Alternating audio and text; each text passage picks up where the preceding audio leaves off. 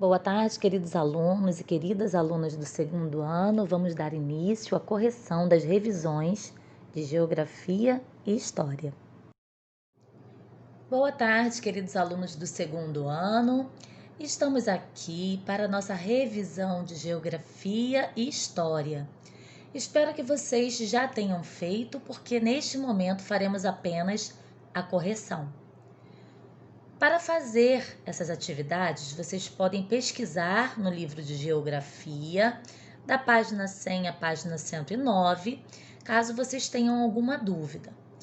Atividade 1. Marque com um X na resposta certa. Recursos naturais são. Bom, o que são recursos naturais?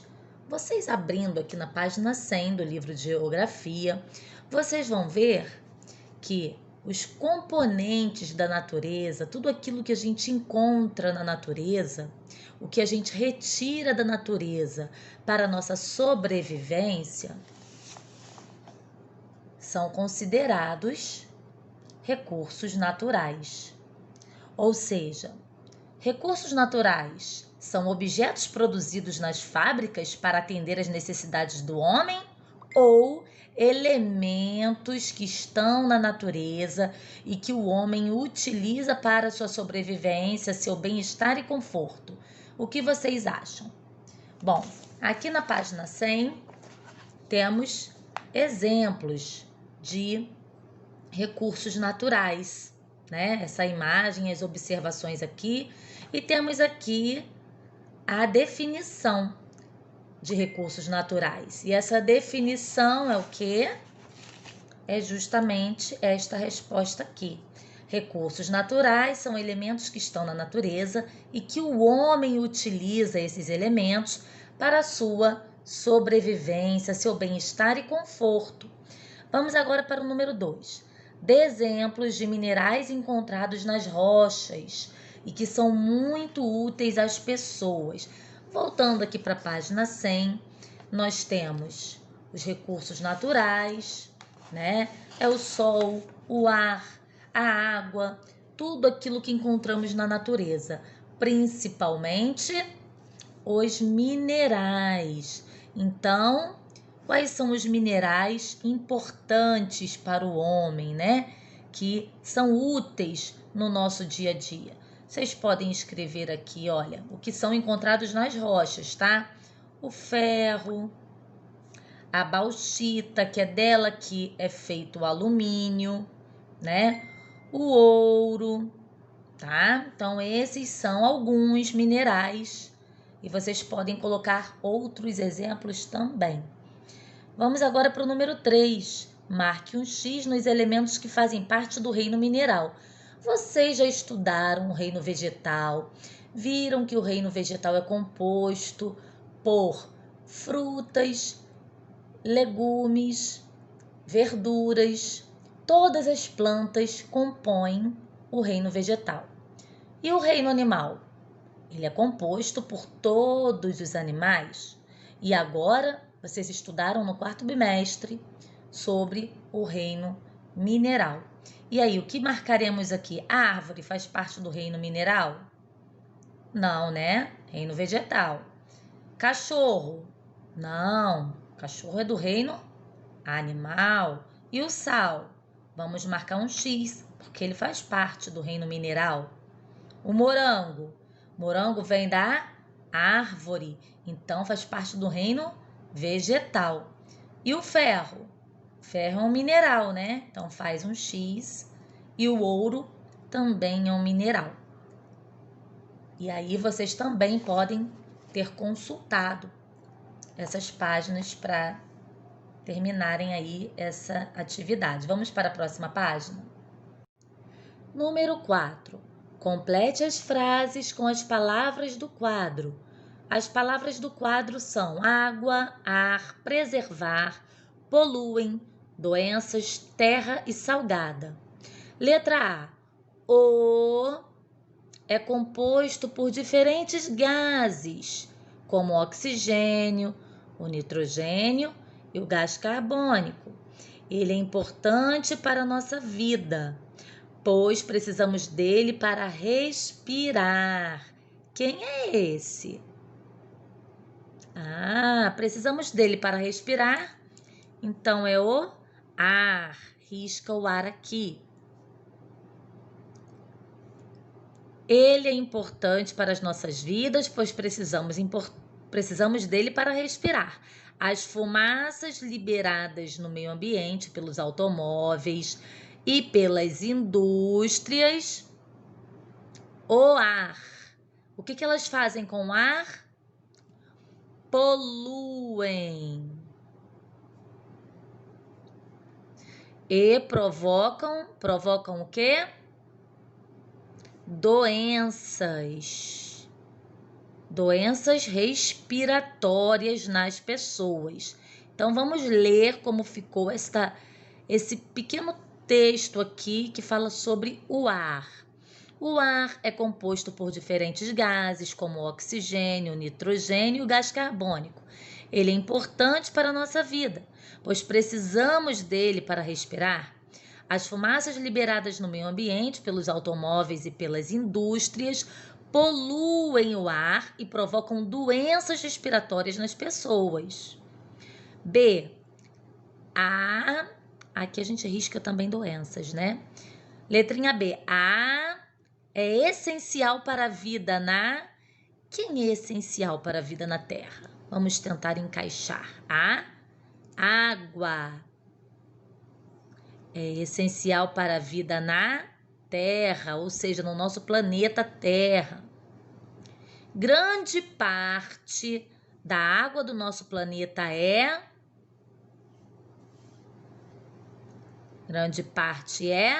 salgada.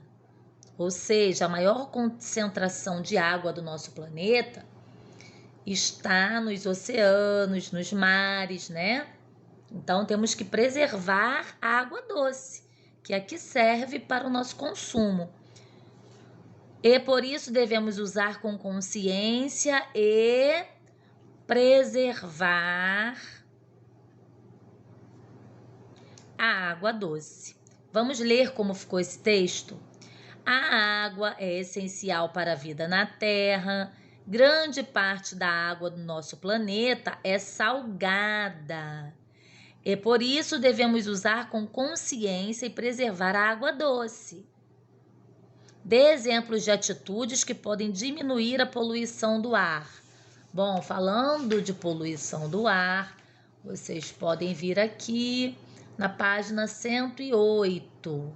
Lá na página 108, ao lado do menininho aqui, olha,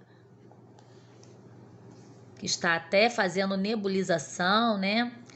Para limpar a parte respiratória dele.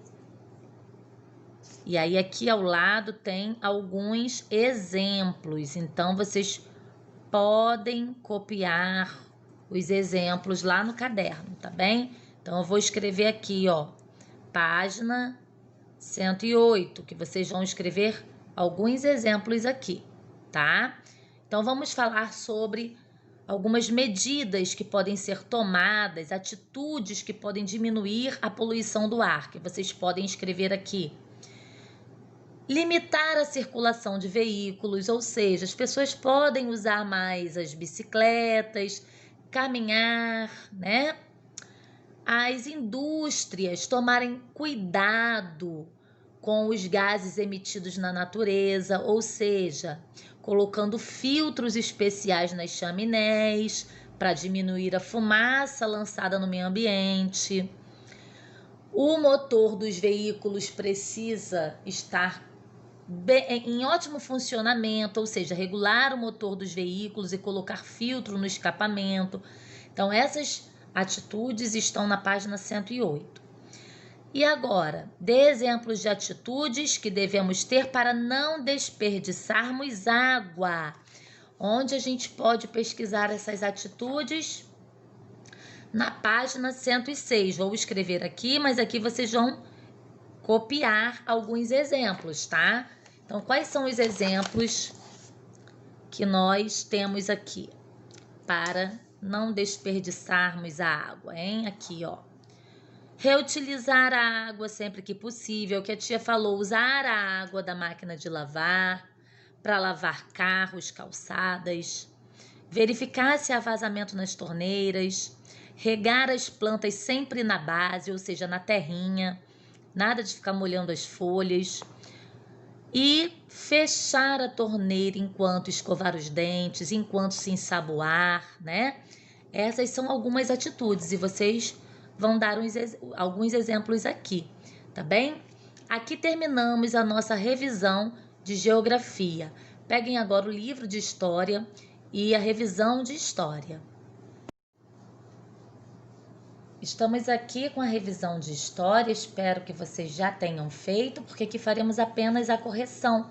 Vocês podem pegar o livro, vocês podem pesquisar, começando aqui da página 110, que fala sobre o tempo e a história, né?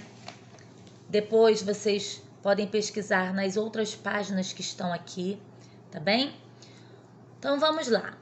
O tempo é fundamental para a compreensão da história. Ou seja, para entendermos o que acontece na história, a gente precisa entender a função do tempo, né? O que o tempo nos ajuda a entender? Como a gente entende esse tempo? Então, para iniciar, as palavras que determinam tempo são essas, né? Agora, ontem, jamais, quando, nunca. E aí, aqui vocês vão formar frases usando as palavras abaixo. Agora, bom, eu vou dar um exemplo, tá? Não escrevam a mesma frase que eu. Bom, vou escrever aqui. Agora estou gravando uma videoaula, tá? Então, é algo que está acontecendo neste momento. Ontem. Bom, vou falar o que aconteceu comigo ontem, num dia que passou, né? Então, ontem eu comi pizza. Então, essa é a minha frase. Jamais. Eu vou escrever algo que nunca farei, jamais farei. Jamais abandonarei quem eu amo. Olha que frase linda, né? Ou seja, isso nunca vai acontecer. E quando? Bom, quando voltarmos para a escola, nos abraçaremos. Olha que delícia, que saudade, né? Então, vocês aí podem ter formado frases diferentes, mas usando essas palavras que determinam tempo. Agora, identifique se as situações abaixo se referem ao presente, ou seja, algo que acontece agora, passado, algo que já aconteceu, ou futuro. Ontem comi salgadinhos. Eu tô falando de ontem. Tá acontecendo agora? É presente? Não. Então, se já aconteceu, é o quê? Passado. Agora estou estudando. É algo que está acontecendo neste momento. Então, quando acontece neste momento, é presente, agora. Viajarei para o Nordeste. Viajarei é algo que vai acontecer. Então, se vai acontecer, a frase está no futuro. Número 3. Responda. Para que serve o trabalho? Bom, para responder esta pergunta, vocês podem pesquisar sobre um tema que já estudamos lá na página 127, que fala sobre o trabalho.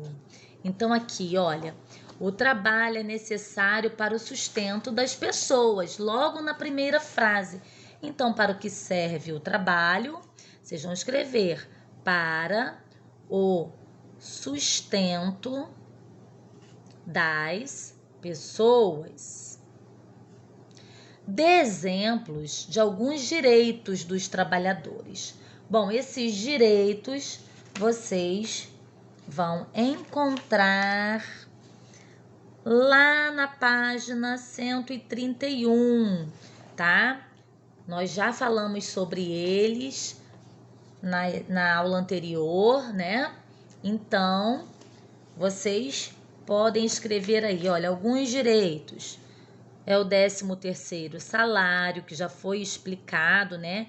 Que é aquele salário extra que o trabalhador recebe no finalzinho do ano, né? Geralmente em novembro e em dezembro esse salário é dividido. É direito do trabalhador, né?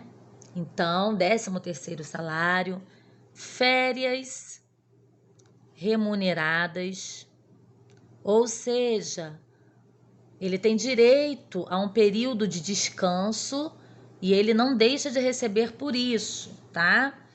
E o descanso semanal, né? Descanso semanal, também remunerado, ou seja, ele tem direito a um dia de descanso e ele não é descontado por isso. No letrinha C, qual é o nome da quantia em dinheiro paga ao trabalhador? Todo trabalhador trabalha para receber o seu salário. É o nome da quantia paga ao trabalhador. E agora, dê exemplos de profissões antigas. Bom, profissões que existiram, né? E atualmente não existem mais, profissões muito antigas. Acredito que vocês tenham até pesquisado para escreverem sobre estas profissões. Então, aqui, profissões antigas tem aquelas que ainda existem, né, como engraxate, pessoas que engraxam sapatos, tem o alfaiate, que é o homem que costura modelos masculinos, né? Temos também o barbeiro. São profissões antigas que ainda existem.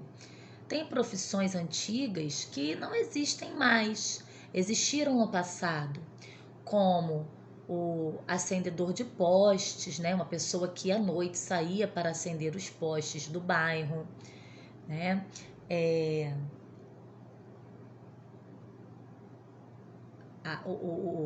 O fotógrafo de rua, né? Ele ficava com uma máquina nas praças tirando foto das pessoas, né? Ele recebia pela foto, né? Era um trabalho que não existe mais.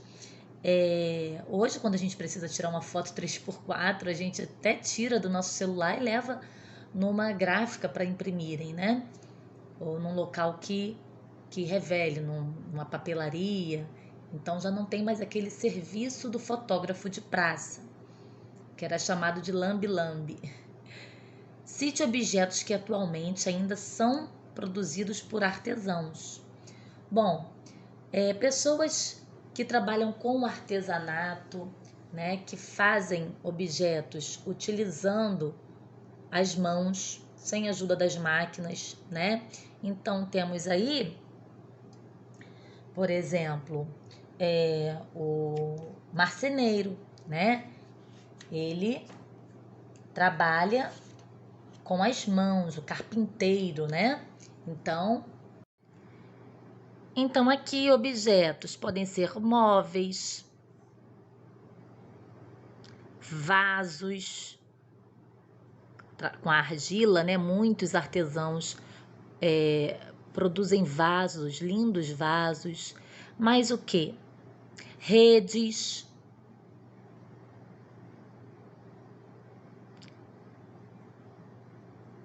bijuterias, são alguns exemplos de objetos construídos com as mãos de pessoas que têm habilidade, né? Os móveis são feitos pelos carpinteiros, marceneiros, né?